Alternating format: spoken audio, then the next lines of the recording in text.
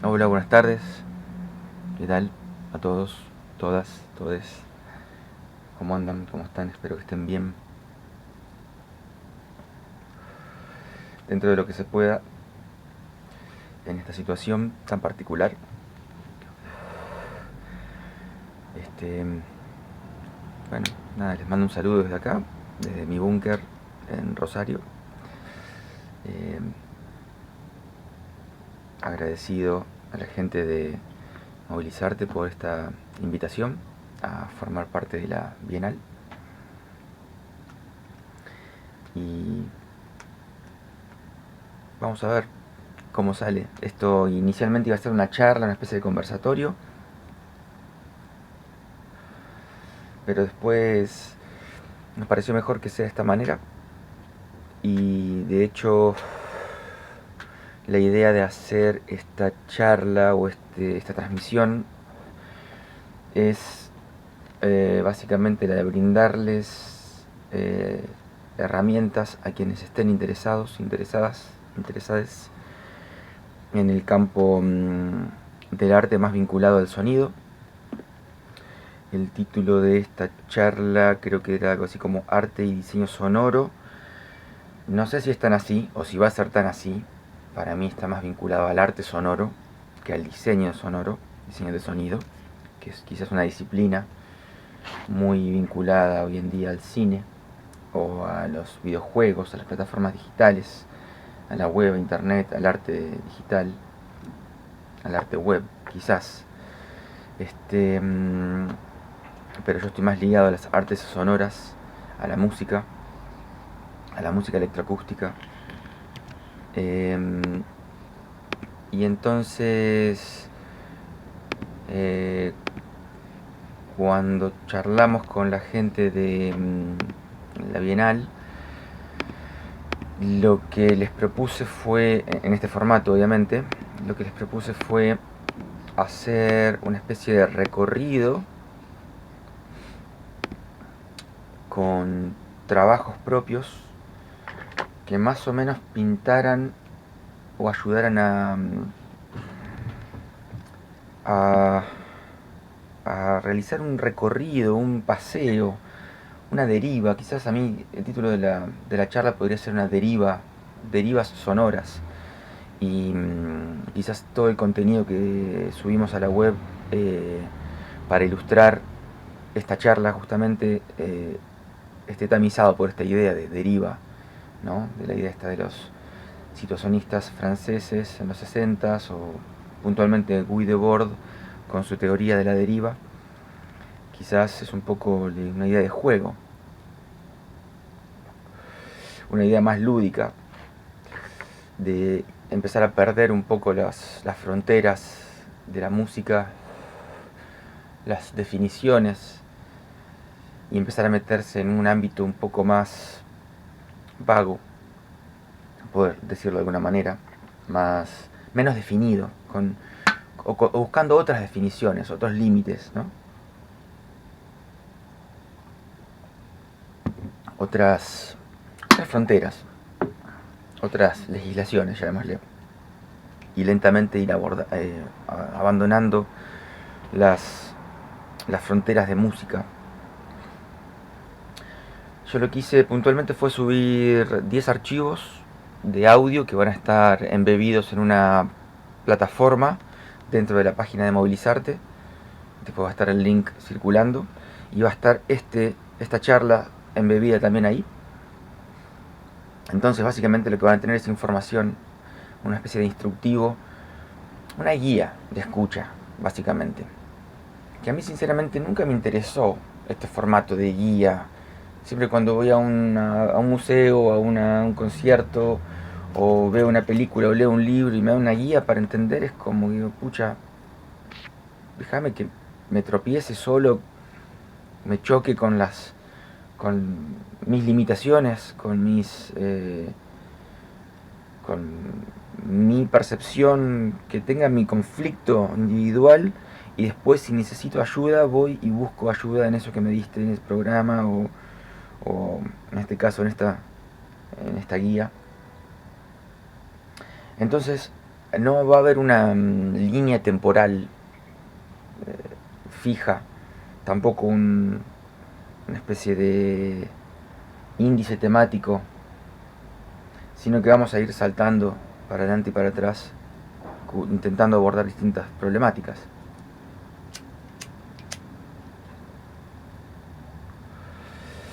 Entonces, si me remito a esto que estoy diciendo de una deriva o derivas sonoras, y pensamos también que es una bienal de arte y que el título original estaba pautado en arte y diseño de sonido, y yo vengo del campo de la música, hay como varios aspectos que ya generan conflicto, generan tensión desde el vamos, pero que a la vez pueden ayudarnos a armar como un gran universo vinculado al arte y vinculado al sonido, y que venga quizás de la tradición musical, de algún momento de la tradición musical.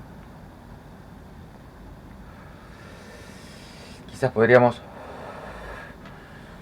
trazar una línea histórica muy, muy lejana, y podemos irnos decenas de miles de años atrás, a los comienzos del discurso musical del cual se tienen rastros.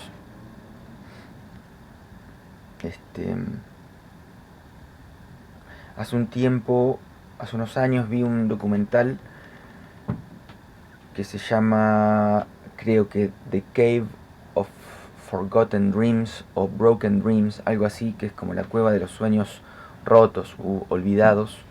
Es un documental de este cineasta alemán que se llama Werner Herzog, y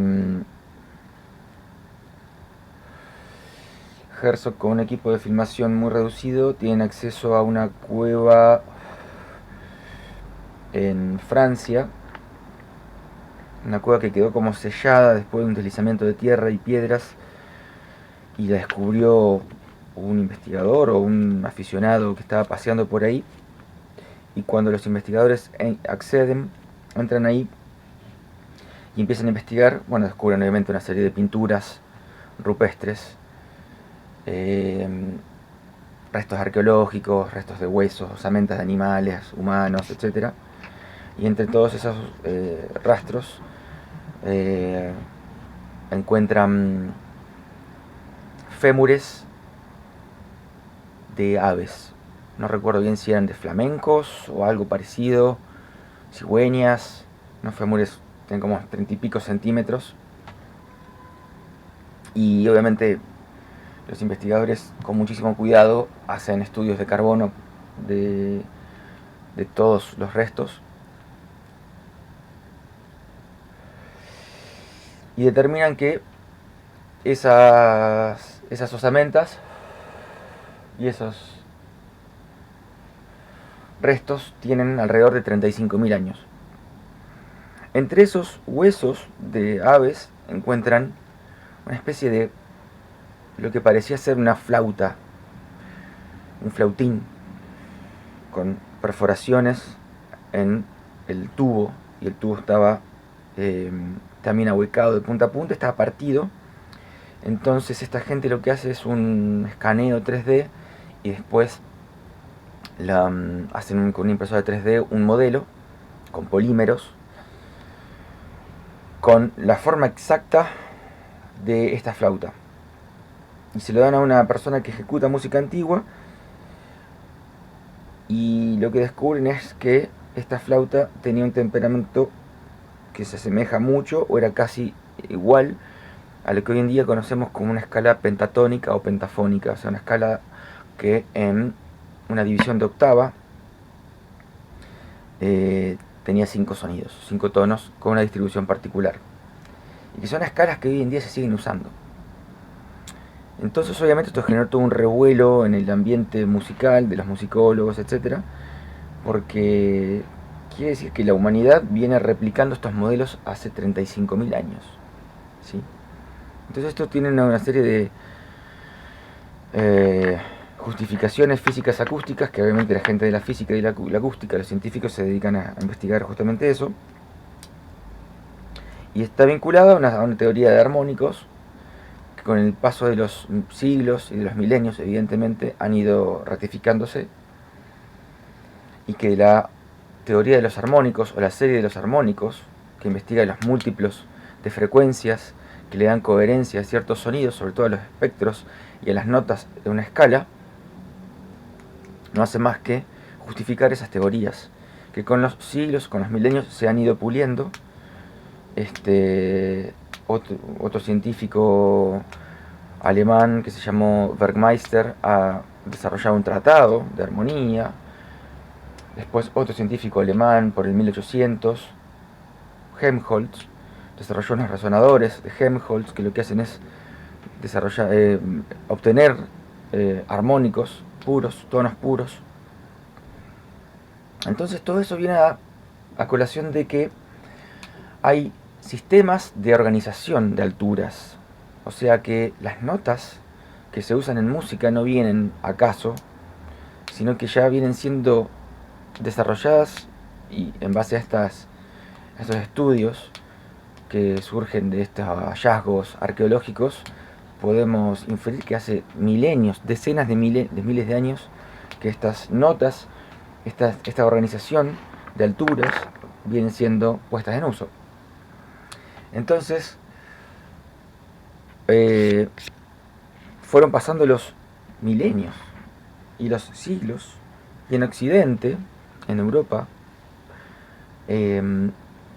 comenzó a desarrollarse lo que hoy en día conocemos como tonalidad, pero para eso tuvimos que haber pasado por un periodo en el medioevo, en el cual a través del canto gregoriano y el cantus firmus se desarrollaron neumas para escribir modos antiguos con un sistema de organización previo a la tonalidad, con estos modos gregorianos o modos antiguos. Y a partir de allí seguimos avanzando hacia una tonalidad, y siempre intentando abrir el juego a cuestiones más complejas, de armonías más complejas, intentando abordar músicas más ricas. Hubo que pasar un periodo obviamente de oscurantismo, hubo que pasar periodos de inquisición, la iglesia siempre metida entre medio.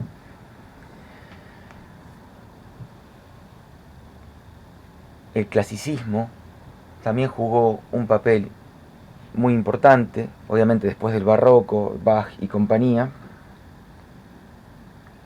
Y después del clave bien temperado de Bach, se logra con este científico alemán Bergmeister lograr instrumentos, porque también es otro aspecto muy importante y clave en la historia de la música, que es la tecnología, la técnica de los instrumentos. Nos remitimos a esta flauta que yo les hacía hincapié que apareció como este hallazgo arqueológico, tenía 35.000 años. Y ahora hablamos de Bergmeister y Bach, 1750, y este clave bien temperado que permite que se puedan realizar modulaciones de diferentes tonalidades de estos universos que están regidos por organizaciones de notas con alturas puntuales y que permiten generar acordes puntuales, etc. Entonces pasaron miles de años, y después con las revoluciones industriales fueron lográndose desarrollos tecnológicos importantes en Occidente,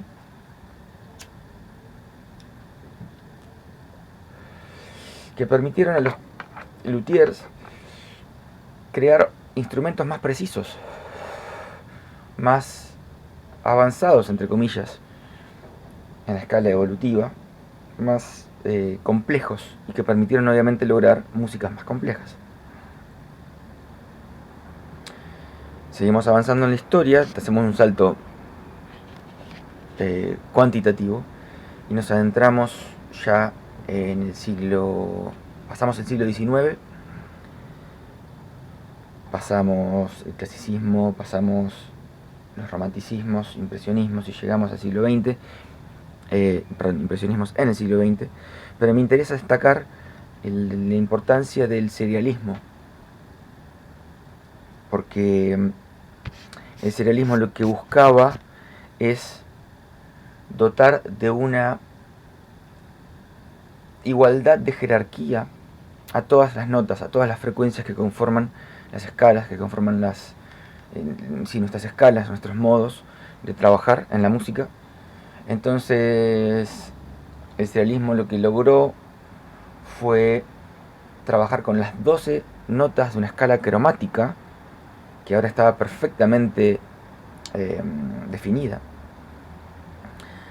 Y comenzó a haber muchas otras innovaciones tecnológicas que permitían, mediante el uso de distintos instrumentos y distintos aparatos científicos desarrollados en laboratorio, lograr temperamentos mucho más precisos. Y cuando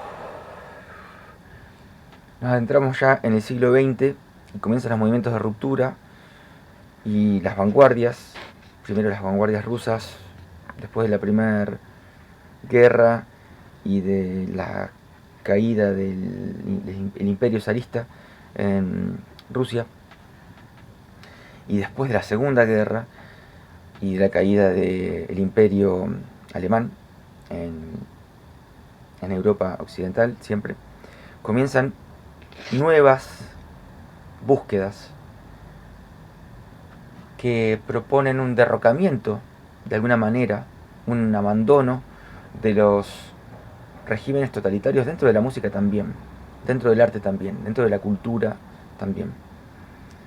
Porque se entendía que ya políticamente los sistemas habían caducado, y entonces también había pasado lo mismo con los sistemas de organización sonora, musical.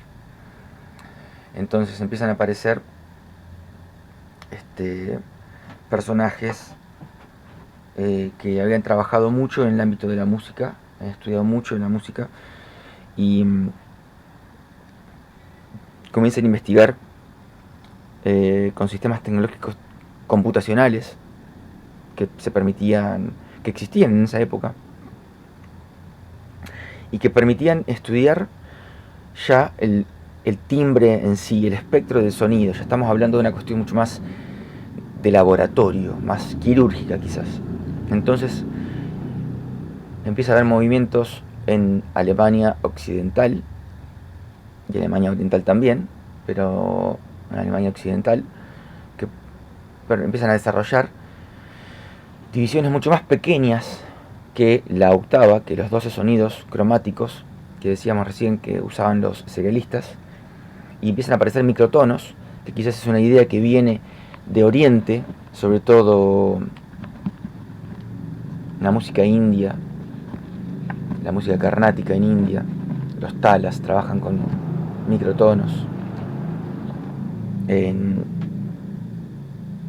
Arabia, en Egipto, en Israel, en Turquía, trabajan con afinaciones mucho más pequeñas que esos 12 tonos que nosotros trabajamos en Occidente. Pero ahora lo que hacen estos científicos o estos músicos con ayuda de otros científicos en laboratorios es investigar precisamente como una regla mucho más pequeña, una retícula, una cuadrícula más pequeña que ese semitono que hay de una nota al intervalo siguiente. Por ejemplo, si me remito a un teclado de piano, es analizar el timbre y las componentes armónicas que tiene ese sonido puntual, en el caso de cada instrumento. Y empieza a aparecer la posibilidad de usar equipos que estaban designados a las telecomunicaciones, a los estudios de laboratorios de física y de acústica, después de la segunda posguerra, en los 50s, empiezan a aparecer laboratorios que empiezan a trabajar con ese tipo de sonidos de síntesis.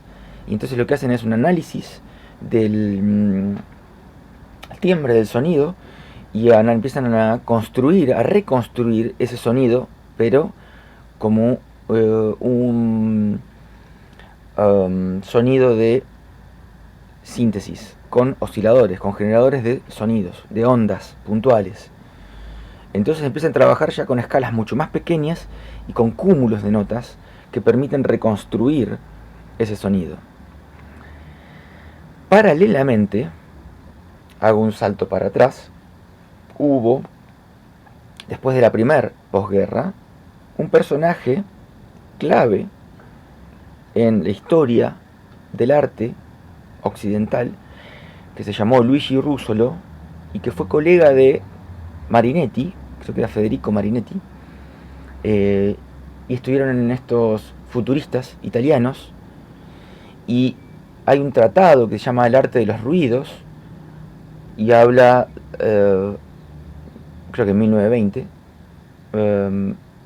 pero ya todo esto databa de las revoluciones industriales, y empieza a hablar de las organizaciones sonoras en las ciudades actuales a la época, las metrópolis, en las cuales ya empieza a haber ruidos de máquinas, ruidos de transporte, ruidos de fábricas. Entonces, en este tratado que se llama El arte de los ruidos, Marinetti y Russolo también toman estos conceptos y los tratan de reproducir. Entonces lo que hace Russolo es desarrolla una serie de objetos que le llama los intonarumori, que son los entonadores de ruidos o generadores de ruidos, y empieza a hacer músicas con estos aparatos y escribe músicas para orquestas de estos aparatos y para orquestas con estos aparatos e instrumentos convencionales. Entonces lo que empieza a pasar es que la música en Occidente empieza a tener este otro factor que son los sonidos con altura puntual no definida. Esto es sonidos, entre comillas, inarmónicos, o sea, sonidos que no son capaces de generar notas o sonidos que el oído humano no identifica como una nota, sino que es una componente de ruido, una componente que, si nos remitimos a la teoría de la comunicación, está subvirtiendo el hecho comunicacional en sí, pero que esta gente lo que hace es lo toma como un elemento, una componente fundamental en su discurso, porque justamente lo que dicen es, a partir de ahora, a partir de estas guerras, a partir de estos movimientos de ruptura, ya las notas puntuales, definidas, o sea, lo que el oído humano hasta ese momento toma como nota, no es suficiente para representarnos a nosotros. No alcanza para expresar nuestras ideas, nuestra filosofía, nuestro pensamiento, y por ende el de Occidente. Occidente está siendo carcomido por dentro por movimientos geopolíticos, sociales. Entonces en los órdenes establecidos dentro de las jerarquías sonoras, las escalas musicales, no son suficientes. Entonces esto fue fines del 19, principios del 20. Vuelvo ahora a 40, 50, a los laboratorios de esta gente que estaba trabajando con los análisis de sonidos, de timbres. Pasó todo lo de Russolo, pasó todo el futurismo, inauguraron el ruidismo, pasó el serialismo integral, siguen apareciendo vanguardias en la segunda parte del siglo XX, van a estar todas las vanguardias pictóricas, los surrealismos, el cubismo, y esta gente en estos laboratorios lo que hace, empieza a trabajar con el espectro del sonido. Aparece un personaje clave en la historia de la música que se llama Karl-Heinz Stockhausen, Stockhausen. Y lo que hace este muchacho es, de la mano de estos laboratorios, hay un científico alemán de apellido Epler, creo, que le brinda acceso a un laboratorio para poder sintetizar sonidos con estos osciladores que decía de ondas, ¿no? Entonces con estos osciladores lo que hace es lograr intervalos mucho más pequeños, que yo les decía que están como, nos podemos pensar como que son tomados desde Oriente, mucho más pequeños que estas escalas de 12 notas, y lo que hace es lograr cúmulos mucho más pequeños que estas escalas dodecafónicas o cromáticas que se venían usando desde el serialismo, también 1920, 1930, serialismo integral.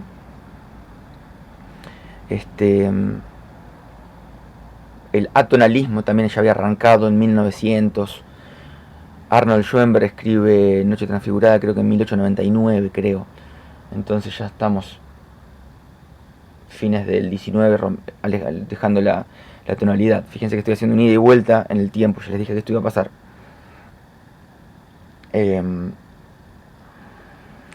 Entonces Stockhausen creo que en 1954 hace el estudio electrónico 2, que son sonidos generados por osciladores en un laboratorio, los graba en cinta y después edita, recorta en cinta y arma todos unos cúmulos, una obra alucinante.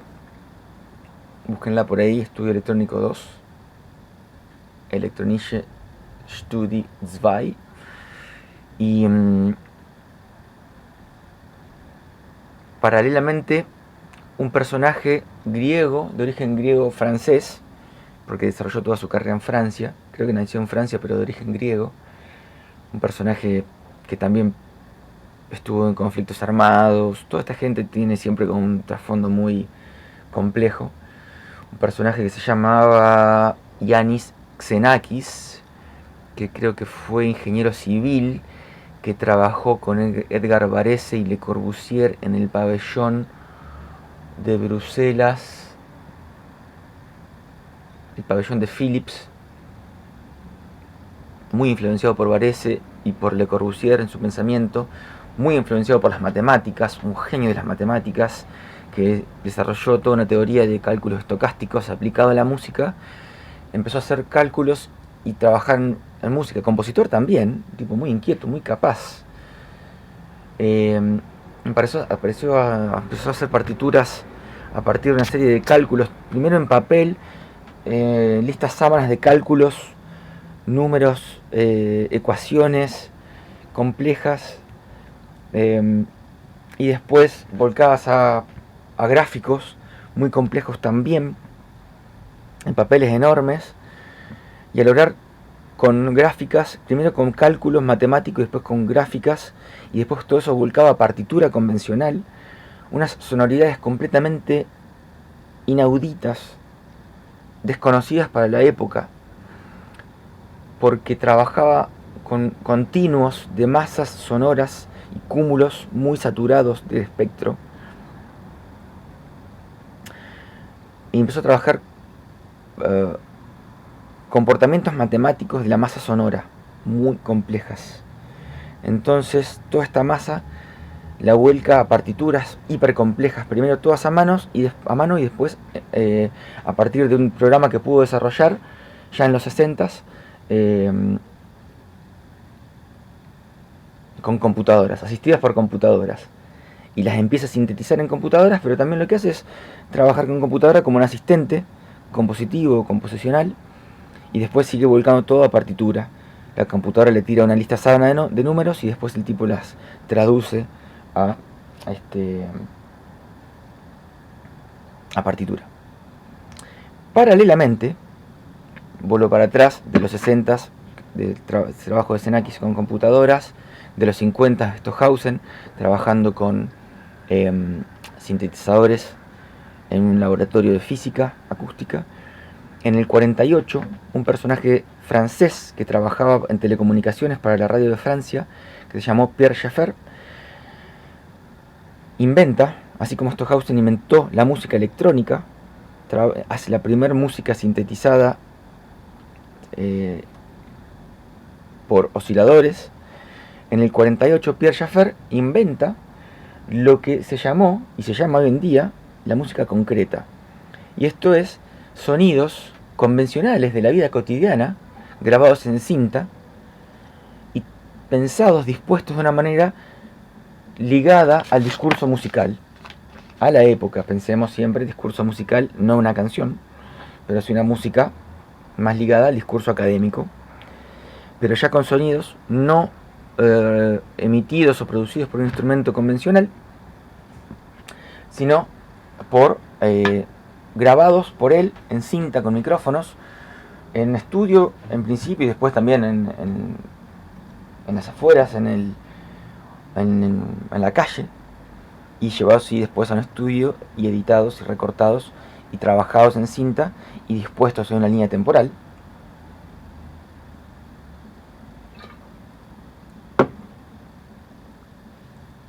Y procesados con efectos, con reverb, retardos, delays, ecos, saturaciones, distorsiones, puestos en reversa, transpuestos en altura a una serie de intervalos determinados. Y mediante mucho trabajo, a lo que llega a una de las conclusiones de las más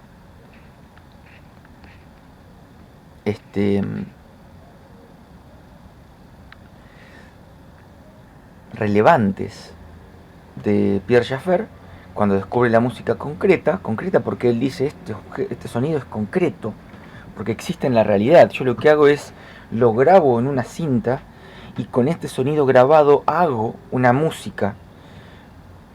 Entonces empieza a aparecer esta idea de música sobre soporte y se vuelve concreta porque no tiene instrumento que lo ejecute. Y al no tener instrumento que lo ejecute, Schaeffer también hace un parangón con un principio, un concepto, miren hasta dónde nos vamos, que había desarrollado Pitágoras cuando daba clases de matemáticas a sus alumnos, que ponía un velo, una cortina en su aula para que los alumnos no se distrajesen con él, con su cuerpo ahí en el espacio, charlando. Entonces Pitágoras desarrolla este concepto, este término que es acusma, un término griego, y entonces hablamos de aquello que es acusmático, y aquel fenómeno sonoro que es acusmático es aquel fenómeno en el cual su fuente no está presente, o sea, la fuente emisora de sonido está ausente. Entonces Pierre Schaeffer toma ese concepto 2000 años después, o miles de años después, y lo que hace es hacer una música que no tiene una fuente visible, porque después los conciertos de la música de Pierre Schaeffer, como también después la música electrónica de Stockhausen y toda la gente que siga después esas corrientes, no va a tener una fuente sonora en vivo, sino que va a haber un parlante, un altoparlante, o en algunos casos orquestas de parlantes emitiendo. Distinto a los intonarrumores de Russolo, que eran objetos concretos que se ejecutaban en vivo y que los músicos de la orquesta lo ejecutaban en vivo, acá va a haber música grabada sobre cinta en principio, y después obviamente en nuestros días vamos a haber pasado por discos, carretes de cintas, cassettes, CDs, y ya hoy en día es todo digital, MP3 o formato sin compresión, pero ya no hay soporte, ¿sí? Eso es lo interesante de esto también, es una parte poco romántica para algunos y muy romántica para otros, pero que no hay soporte, ¿no? Entonces, lo que hace Pierre Schaeffer es acuña este término de música concreta y empieza a hablar de escucha reducida, porque tanto Pierre Schaeffer como Pierre Henry, que fue un discípulo de él, que después hizo una gran carrera como compositor de música concreta, acuñan estos términos o usan esta idea de escucha reducida. Y Pierre Schaeffer hace una taxonomía, una grillita, una lista, en el que habla de escuchas concretas y abstractas, en el cual hay una tabla de doble entrada: abstracto, concreto, objetivo y subjetivo, perdón. Y entonces dice que escuchar se refiere, por ejemplo, hay cuatro niveles. Escuchar se refiere a prestar atención a alguien o a algo, y es por intermedio del sonido. Apuntar hacia la fuente, el evento, la causa, es tratar al sonido como indicio de esta fuente, de ese evento sonoro. Entonces podemos hablar de que escuchar es una acción concreta y objetiva.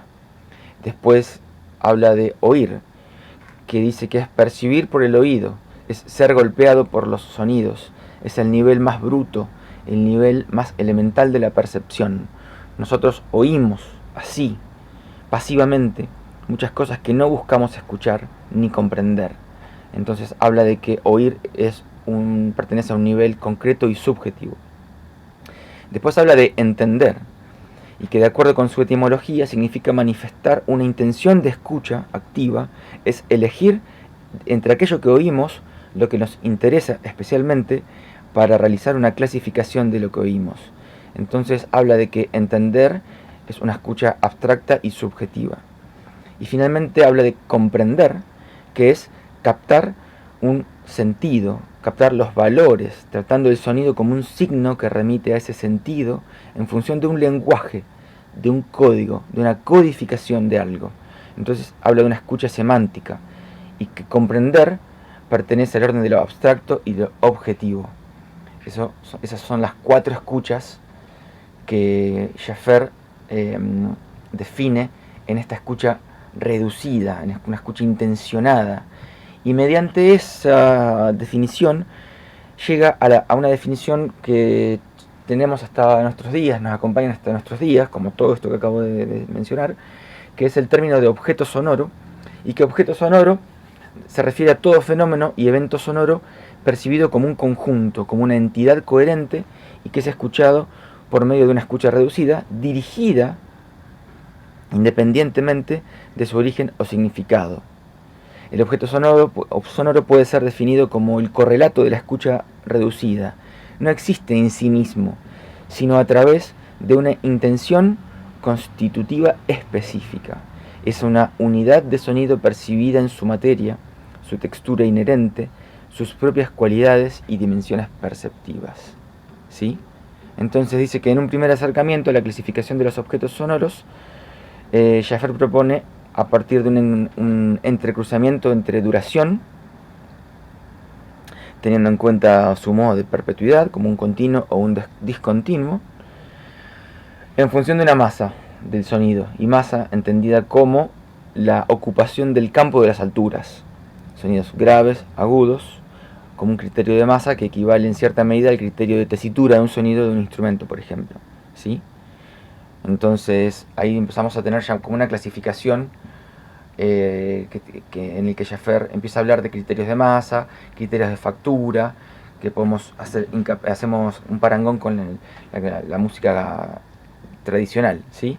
Y hay cuadros comparativos de tipologías de objetos sonoros que tienen que ver ya con también no solo la altura y la duración o la forma de iteración en el tiempo, si es un continuo o es un discontinuo, sino también que tiene que ver con el timbre, que estábamos hablando antes, de esta gente que trabaja en laboratorios para analizar el espectro de un sonido y encontrar las características espectrales y tímbricas de ese sonido, y eso nos va a llevar a hacer un análisis de la morfología espectral de ese sonido o un timbre particular. Y esto es otro concepto que se llama espectromorfología, que es un concepto mucho más actual, desarrollado por un musicólogo y compositor e investigador inglés que se llama Dennis Smalley, que habla de espectromorfología, pero que este tratado de espectromorfología puede ser trazado sus orígenes en la teoría de Pierre Schaeffer.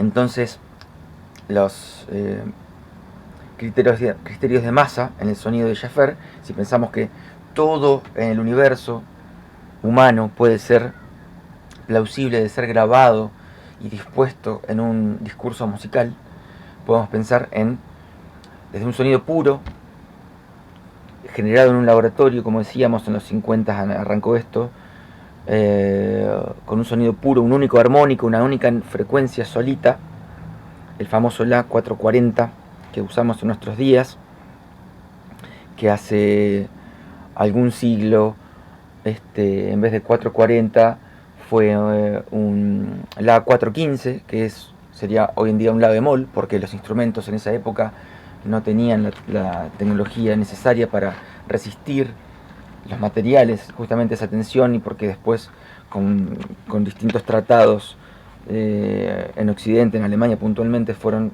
llevándose hacia tensiones mayores, porque manifestaban un espíritu más tenaz, quizás, y ese mismo La, que hoy es 440 y que hace ciento y pico de años fue 415, hace 200 y pico de años, 300 años quizás más, era 392 Hz, porque los instrumentos en esa época también eran mucho más laxos y las tensiones eran más bajas.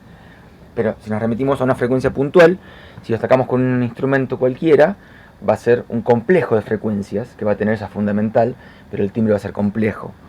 Entonces, si la aislamos en un laboratorio y nos quedamos con un único sonido, una única frecuencia, podemos usarla para una serie de composiciones determinadas. Si vamos a una música con instrumentos, vamos a hablar de timbres de esos instrumentos, pero después podemos hacer todo un compendio, un colorario de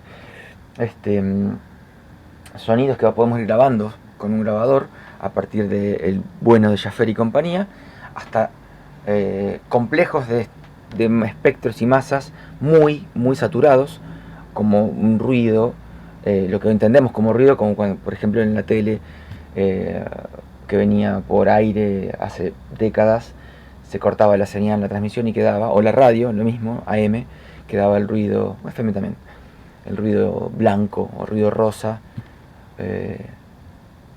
y ese tipo de ruido, o distintas tipologías de organización más vinculadas a esa teoría más caótica, en la que puede haber ruidos predominantes por encima de esta sensación de nota o de altura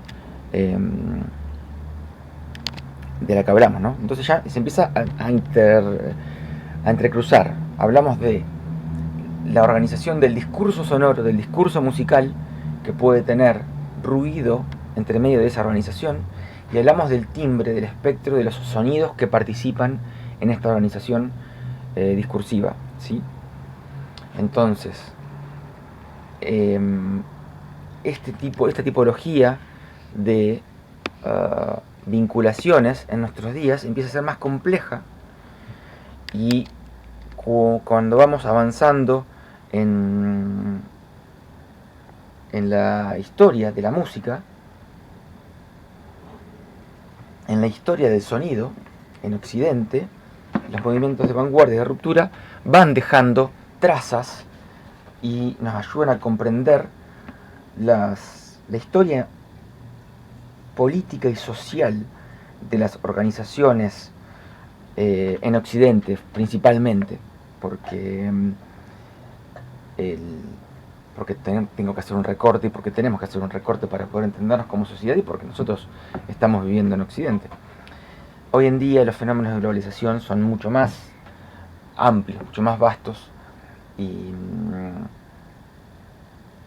también las penetraciones culturales han llegado a Oriente y han tenido siempre una vuelta de Oriente para aquí también, ¿no es cierto? Como hablábamos hace un rato de las afinaciones, cuando empiezan a haber microtonos en las escalas occidentales, ya hay una penetración cultural oriental ahí, y en la teoría de los instrumentos también, cuando llegan los instrumentos de cuerda, vienen desde Oriente, la guitarra española viene del laúd, y a través de Turquía y a través del imperio, de los moros, el imperio otomano, y eso viene de Oriente Lejano también, etc. Pero esas son otras historias y nos estamos yendo por las ramas en esta charla. Espero que no se estén aburriendo Lamento que sea unidireccional, que no haya posibilidad de diálogo acá, pero si no sería realmente un caos. Son muchos los tópicos a abordar. Bueno, esto es más o menos como a título introductorio. Vamos, 45 minutos 11 segundos. Es terrible esto. Entonces, les decía al comienzo que yo les dejo en una página donde va a estar embebido este video, cuando termine la charla, el discurso, lamentablemente unidireccional. Y esos 10 links van a tener 10 obras diferentes. Son todas obras mías que tienen distintas edades. Hay obras que tienen un año, hay obras que tienen 15 años. Y más también, capaz que 17, algunas 16, 17. Eso delata mi edad. Hay una obra que se llama El acero de la intemperie, que es una comisión que nos hizo a un grupo de investigación en el que participo, que se llama CEMIT, Centro de Estudios en Música y Tecnología, que tiene sede en la Escuela de Música de la UNR, en la Siberia, dentro de el complejo universitario. Y es una comisión que nos hizo la Secretaría de Cultura de la Municipalidad de Rosario, en la que nos pidió que trabajemos con autores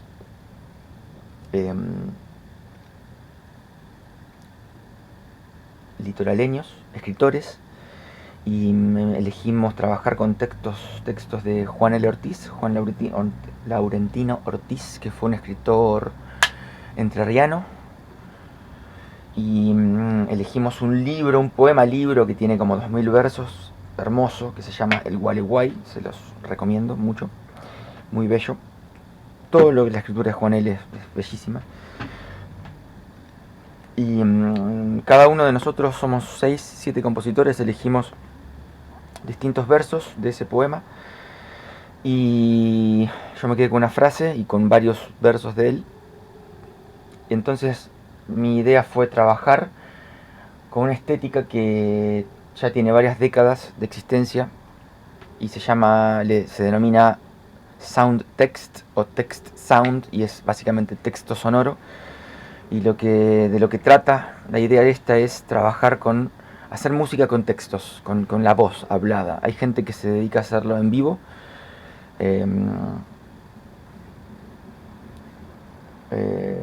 Hay varios autores franceses, muchos canadienses, otros alemanes, algunos otros. Mi idea fue usar esa estética. Hay un festival importante en Suecia, creo que en la Comunidad de Música Electroacústica de Suecia, o en la Sociedad de Música Electroacústica de Suecia, algo así. Porque esta es otra, hago otro paréntesis más de N que ya van.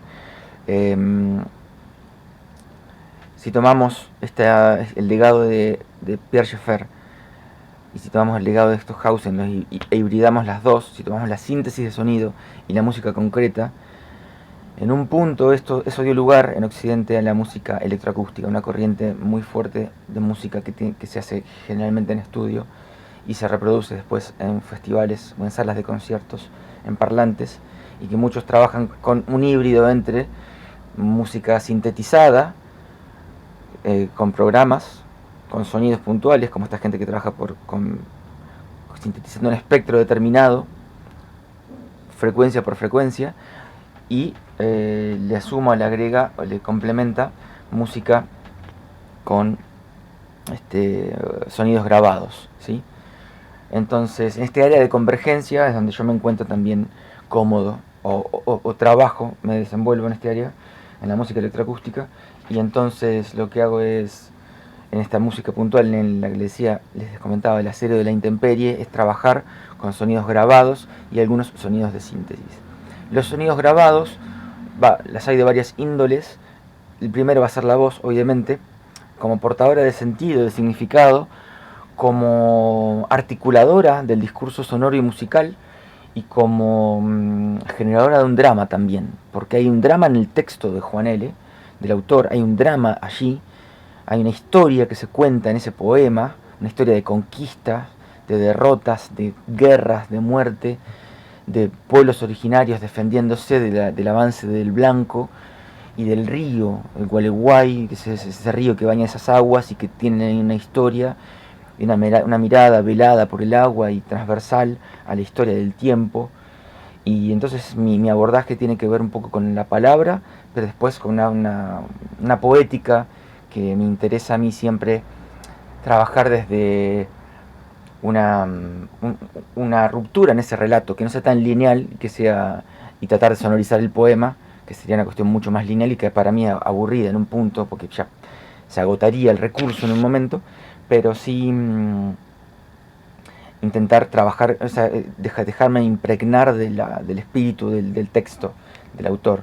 Y después va a haber sonidos de síntesis en distintos momentos, y va a haber también paisajes sonoros, que ese es otro gran capítulo de la música contemporánea del siglo XX, que hay un autor canadiense que se llama Murray Schafer, no tiene nada que ver con Pierre Schaeffer, pero comparten el apellido es similar, y tiene un libro muy emblemático que se llama The Soundscape, The Tuning of the World, algo así como el paisaje sonoro, la afinación del mundo. Y básicamente de lo que habla Murray Schafer es de esta idea de escucha del entorno y de un ecosistema audible, otro concepto muy potente en nuestros días, y que también podemos trazar una historia con Russolo, que les comentaba, los futuristas, fines del 19, principios del 20, esta idea de ecosistema audible, cuando arrancan las revoluciones industriales y empiezan a haber máquinas y ya cambia el ecosistema sonoro del mundo, ¿sí? Pero bueno, Murray Schafer lo lleva un poco más allá y habla de una escucha profunda, y está también vinculada también a otro vanguardista, si queremos, del siglo XX, que fue John Cage, un compositor estadounidense, que habla también, ¿no?, de esta escucha inmanente en el medio ambiente, justamente, y tiene esta gran música de ruptura, y que inaugura también el arte sonoro, esta música mítica que se llama 4 minutos 33 segundos, que es en teoría para piano, y es una música en la que el pianista no toca una nota, sino que ejecuta una música de 3 movimientos en el que tiene que dar vuelta a la partitura, acomodar la partitura en el atril, acomodarse en el piano, abrir el piano, y articula ese discurso sonoro. Pero lo que pasa realmente ahí es una gran performance con el público y con el ambiente y el ejecutante o el performer ahí en vivo, y ese ambiente sonoro, ese ecosistema audible en el cual está inmerso todo esa gente, esa congregación ahí que está participando de un ritual finalmente, ¿no? Bien, llevamos 53 minutos, no quiero pasar mucho de la hora. Esa va a ser una de las músicas entonces, El acero de la intemperie, texto sonoro básicamente. Otra música se llama Grafismos, y básicamente son todos sonidos de síntesis. Esto está hecho creo que en 2018 o 2019, creo que el año pasado, 2019. La estoy buscando acá a ver si tengo la fecha, no sé si voy a llegar mientras estoy hablando con ustedes haciendo tiempo. No, estoy yendo por el camino equivocado. 2019, Grafismos. Básicamente estos son todos sonidos de síntesis, y lo que hago es hacer cúmulos de notas muy chiquitas con esta idea que les decía de trabajar con escalas microtonales. Lo que hago es le pido a la computadora, esto todo es un código que me siento a programar en lenguajes de programación, y le pido a la computadora que me vaya tirando cúmulos de notas en distintas márgenes. Y esos cúmulos de notas son acoples que hago a veces me hago como circuitos con parlantes chiquititos, con muchos micrófonos y muchos parlantes, y les pongo alrededor de la computadora que van a una interfaz de sonido, y hago feedbacks, acoples controlados a muy baja intensidad, y le pido a la computadora que con esos feedbacks los procese y haga como acordes de cada acople y cúmulos de acoples, y después genere también con sintetizadores muy básicos, que son una frecuencia por nota, valga la redundancia, una nota por sintetizador, por oscilador, un sonido puro, una onda sinusoidal o una senoide, que es una única fundamental, en ciertas ciertos márgenes, anchos de banda. Y básicamente voy trabajando con eso y con distintas saturaciones, distintas tipologías de ruidos. Me gusta usar esta taxonomía de Schaffer para hablar de tipologías de ruidos. Me interesa mucho el ruido o el ruidismo, esta corriente que podemos trazar desde Russolo y quizás antes también de la Revolución Industrial. Quizás porque nací en San Nicolás, quizás porque viví desde 10 años, desde mis 5 años hasta mis 15, en el barrio Somisa, y tenía enfrente, se veía ahí la planta, la fábrica, quizás porque mis viejos son ingenieros y trabajaron en Somisa, quizás porque estuve siempre inmerso en ese cordón industrial, ese corredor industrial que tenemos, de la cual San Nicolás es parte. No lo sé, hay muchos quizás, muchas posibilidades, pero me interesa mucho esta cuestión industrial del sonido y de la música que tiene carácter industrial, esa cosa rústica, esa cosa de las sonoridades rotas, saturadas, etc. Otra música más se llama Esquizofrenia, es una música de 2004, es una música que hice con un editor de sonido en una computadora muy básica, muy elemental. Iba grabando sonidos, los iba trabajando de manera visual y trabajaba siempre con la pantalla como con un bisturí, con un escalpelo, operando el sonido, y básicamente lo que trabajé ahí fueron sonidos fuera de fase. Esto significa, perdón, fuera de fase, fuera de eje, fuera de set. Offset es el término técnico. Esto es sacar el sonido del reposo técnico, reposo digital.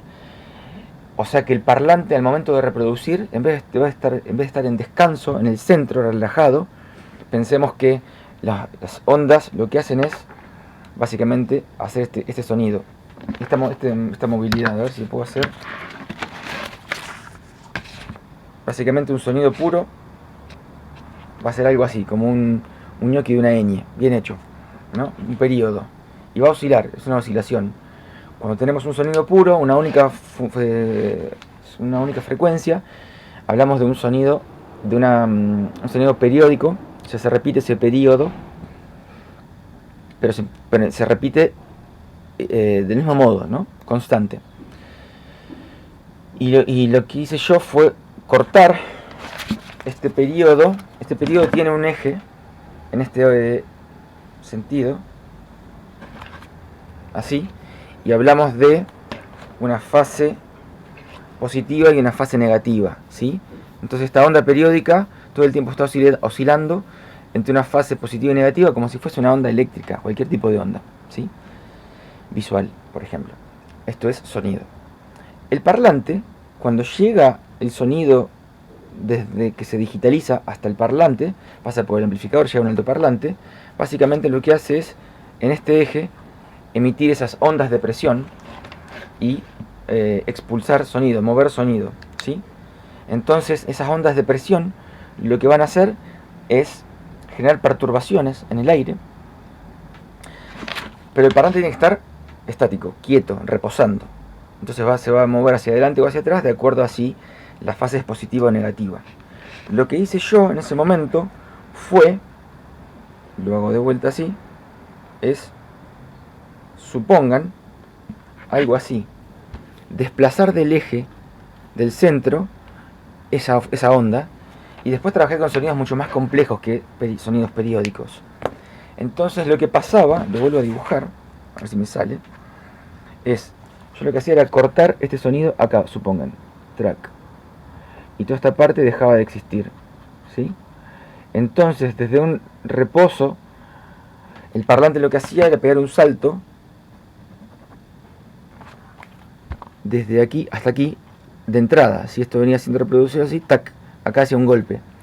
Y lo que hice fue trabajar con ese tipo de fenómeno electrónico en el software, pero después de ser eléctrico a partir de la placa de audio hacia el amplificador y hasta el parlante, y después pasé a ser acústico. Y lo que yo escuchaba era justamente el ruido mecánico del parlante.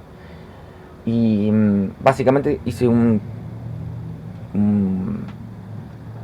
muestrario, una selección de ese tipo de sonidos, y después hice una música con esos sonidos, ¿sí? Y la idea era una persona, un soldado, un ex convicto de Malvinas, básicamente. Era como una pesadilla que el tipo tenía, un cuadro clínico, una cosa terrible, pero bueno, no sé por qué estaba leyendo algo en ese momento, creo que era, no sé si los pichiciegos de Fogwill, y se me ocurrió algo parecido, algo así. Pero me fui más por la parte técnica, explicándoles a ustedes.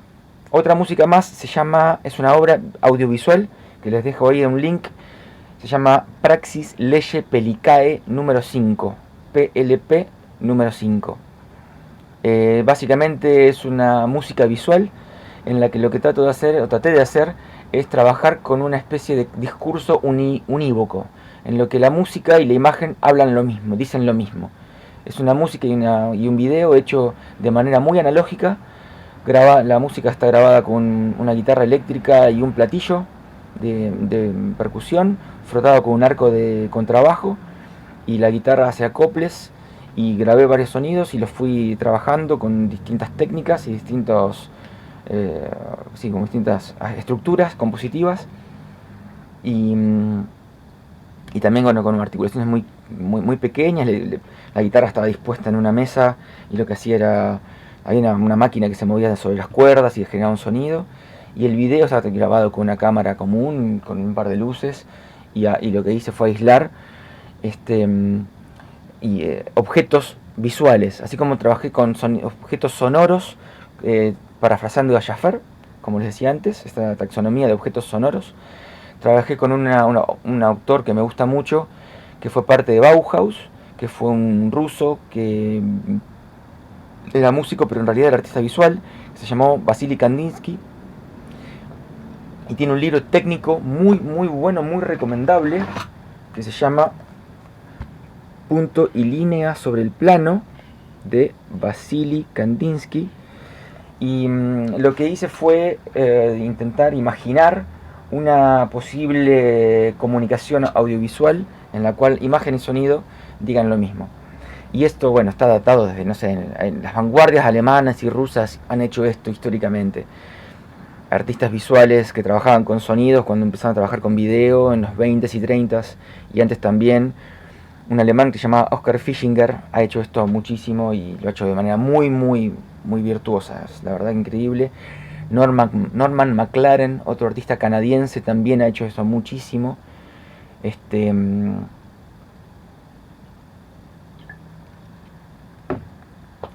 Bueno, después hay tantísimos más que han trabajado sobre video, sobre film, alucinante. Luis Brass es un rosarino, creo que murió, que también trabajaba hacia síntesis visual, gráficos, ruidos, audiovisuales. Básicamente me interesaba trabajar con ruido audiovisual y empecé a trabajar con video. Después hay una obra que se llama Sistema Maquínico Central, es una performance. La obra no está pensada para video, yo ahí subí un registro de cámara, pero es una performance que hicimos con un grupo de colegas para el primer encuentro de performance en 2011. La anterior, Praxis Lege Pelicae, es de 2014. Esta última que les digo, Sistema Maquínico Central, es de 2011, y básicamente también tenía que ver con esta idea de ruido en la comunicación, ruido comunicacional. Hay una organización formal en la cual una especie de editor de una editorial, de un diario supongan, o de algún medio de comunicación, nos da órdenes a una serie de cronistas que estamos leyendo noticias. Y las leemos como nos parece, con instrumentos, algunos cantan, otros hacen ruidos, etc. Y de a poco nos vamos subvirtiendo al orden de este editor, ¿sí? Esta idea de sistema maquínico central tiene que ver con un concepto que está en Rizoma, que es el prefacio a un libro mítico de la filosofía del siglo XX que se llama Mil Mesetas, de unos autores franceses que se llamaban Gilles Deleuze y Félix Guattari, que es un librazo increíble que me partió la cabeza y se lo súper recomiendo, seguramente ya lo conocen. ¿Qué más? Hay otra obra que se llama El Ejercicio de la Libertad, que es una performance que hicimos en vivo con un grupo grande que se llamaba Dispositivo Multiplicador, que también fue una comisión de la Biblioteca Argentina acá de Rosario. y trabajamos con distintos elementos. Hay mucho texto, hay mucha música, hay video, hay danza, hay artes visuales, hay músicas más convencionales, hay un ensamble tocando música, una canción, hay canciones, hay como un pastiche, un collage de inquietudes puestas ahí en vivo. Es una obra larga de una hora más o menos. También es un registro, no es una obra pensada para video, pero tengo un video, así que les comparto lo que hay. Hay otra obra que se llama Lo que queda solo en tu mente, que es una reposición que hicimos en 2018 creo, o 2017, una comisión del Parque España acá de Rosario. La obra original creo que es 2002 o 2003, es una obra multimedia para una performer en vivo, video en vivo y música electroacústica en vivo, y hay músicas grabadas también. Hay mucho de apropiacionismo, de recursos que voy sacando de distintos sonidos y autores que me gustan. También es una especie de collage. Hay una obra que se llama Atardecer, 31 de diciembre. Atardecer 31 de diciembre es un video que tiene paisaje sonoro, tiene texto sonoro, hay una guitarra que tiene una secuencia de acordes, hay ruido también, hay un relato porque hay un texto que escribí yo que me gusta, y quise jugar un poco con video y con distintos elementos sonoros y musicales, y la estructura es muy sencilla, muy lineal. Después hay una música de 2006, 2007 que se llama I Sentieri dell'Acqua en italiano, que es una comisión del ZKM de Karlsruhe en Alemania, que nos hicieron a un colega músico brasilero portugués, un saxofonista que toca saxo barítono, que se llama Pedro Sousa Bittencourt, y fue un estreno que hicimos ahí en Alemania, en Karlsruhe, en ZKM. Es una música para saxo barítono y electrónica en vivo y electrónica en tiempo real, estrenada ahí. Y también hay una idea de distintas organizaciones del discurso musical, trabajada con una idea espectral del sonido del saxo.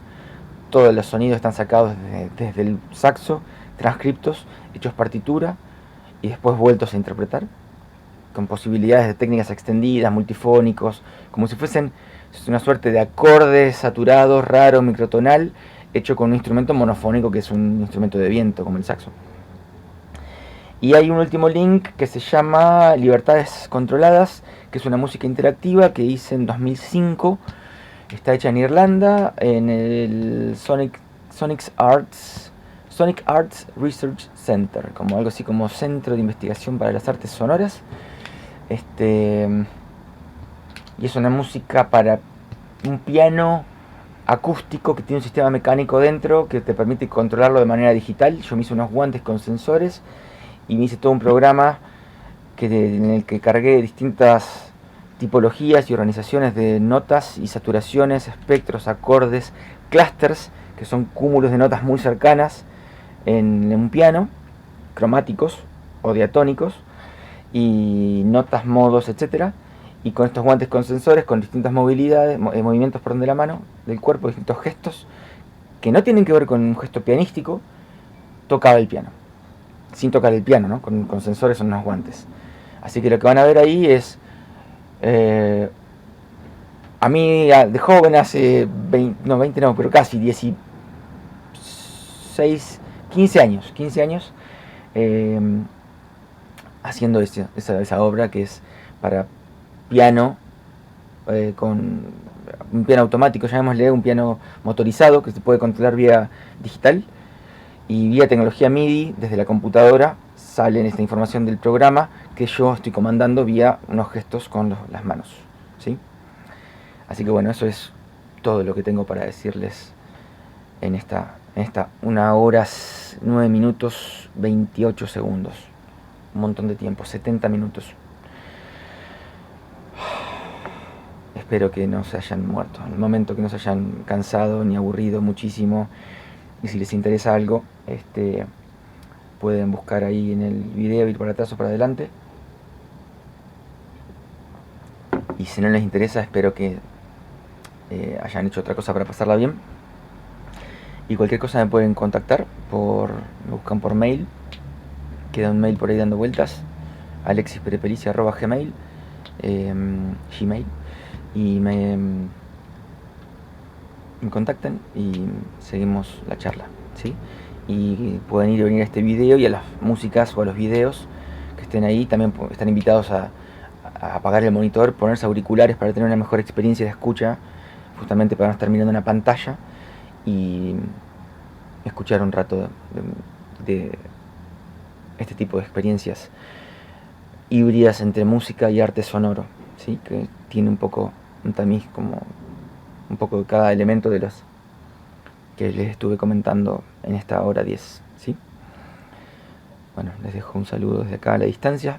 Espero que anden bien, que sigan disfrutando de la Bienal, que tiene muchísimas actividades súper interesantes todas, y seguimos en contacto. Les dejo un saludo desde acá y seguimos en contacto. Chao y muchas gracias de vuelta a todos, todas, todes.